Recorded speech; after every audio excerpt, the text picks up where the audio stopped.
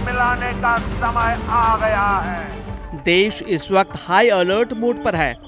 Line of control पर भारतीय सुरक्षा बल पुख्ता तैयारियों में जुटे हैं। पहलगाम आतंकी हमले ने जो चुनौती पैदा की है, उसका हर एक जवाब देने की तैयारी हो रही है। कूटनीतिक तौर पर पाकिस्तान के खिलाफ भारत पहले ही बड़े कदम उठा चुका है। आतंकियों तक पहुंचने के लिए एनआईए टीम जांच में जुट गई है। अब एनआईए स्थानीय पुलिस से केस डायरी और एफआईआर हासिल करेगी। हालांकि इससे पहले एनआईए सक्रिय थी और उन्होंने पहलगाम में घटनास्थल का दौरा किया था। उधर पाकिस्तान को सबक सिखाने के लिए तीनों सेनाएं अपने काम में जुट गई हैं। रक्षा मंत्री राजनाथ सिंह से सीडीएस अनिल चौहान की अहम मुलाकात हुई। आगे की रणनीति को लेकर चर्चा हुई। एक बार फिर भारतीय सेना अदम्य साहस का परिचय देने को तैयार है। अब किसी भी संभावित नई चुनौती का सामना करने के लिए भारतीय सेना हर स्तर पर जवाब देने की तैयारी कर रही है। इन्हीं तैयारियों को समझने के लिए हमारी टीम ग्राउंड जीरो पर मौजूद है। ये लाइन ऑफ कंट्रोल का आखिरी गांव है। राजौरी जिले के इस गांव का नाम है भवानी। इस गांव के लोगों ने दहशतगर्दी के खिलाफ मोर्चाबंदी संभालने और किसी भी आपात स्थिति से निपटने की पूरी तैयारी कर ली है। गांव के लोगों ने युद्ध के दौरान रहने के लिए बनाए गए बंकरों में महीनों का सामान इकट्ठा कर लिया है। ये वो बंकर हैं जो सीज फायर के उल्लंघन के दौरान लोगों के लिए एक सुरक्षा घेरे की तरह काम करते हैं। बॉर्डर पे हालात इस वक्त बेहद गंभीर बने हुए हैं।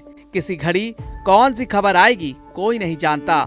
यही वजह है कि लाइन ऑफ कंट्रोल पर लगातार बढ़ रहे तनाव को देखते हुए प्रशासन की तरफ से गांव वालों को खास दिशा निर्देश जारी किए गए हैं। लोगों से बंकरों में पूरी तैयारी करने के लिए कहा गया है। बंकर में रहना आसान नहीं होता, लेकिन चुनौती भरे इस वक्त में यहाँ रहने वाले लोगों का हौसला आपको हैरान कर देगा। यह इलाका फायरिंग जोन में आता है।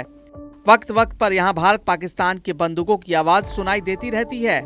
यानी ये इलाका एक ऐसी संवेदनशील जगह है जहाँ हर पल चुनौती बनी रहती है।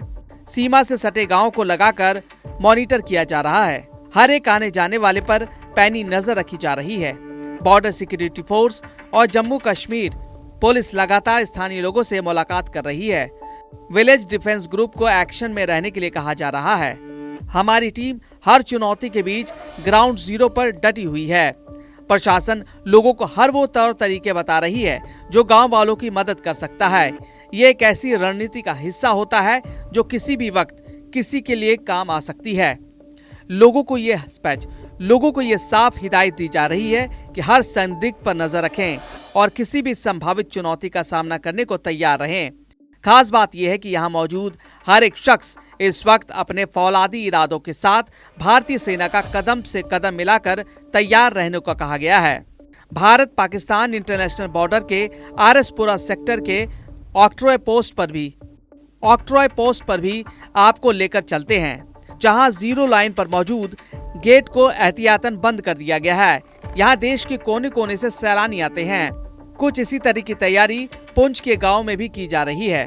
पहलगाम हमले के बाद से भारत और पाकिस्तान के बीच तनाव का लेवल क्या है, इसे ऐसे ही समझा जा सकता है कि पाकिस्तान सेना की तरफ से भी बॉर्डर पर हथियारों को जमा करने का काम शुरू हो गया है।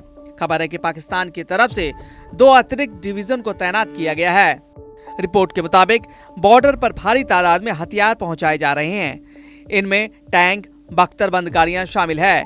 रिपोर्ट के मुताबिक पाकिस्तानी सेना के लड़ाकू विमान नूर खान एयरबेस चकला रावलपिंडी के नजदीक कम ऊंचाई पर उड़ान का अभ्यास कर रहे हैं।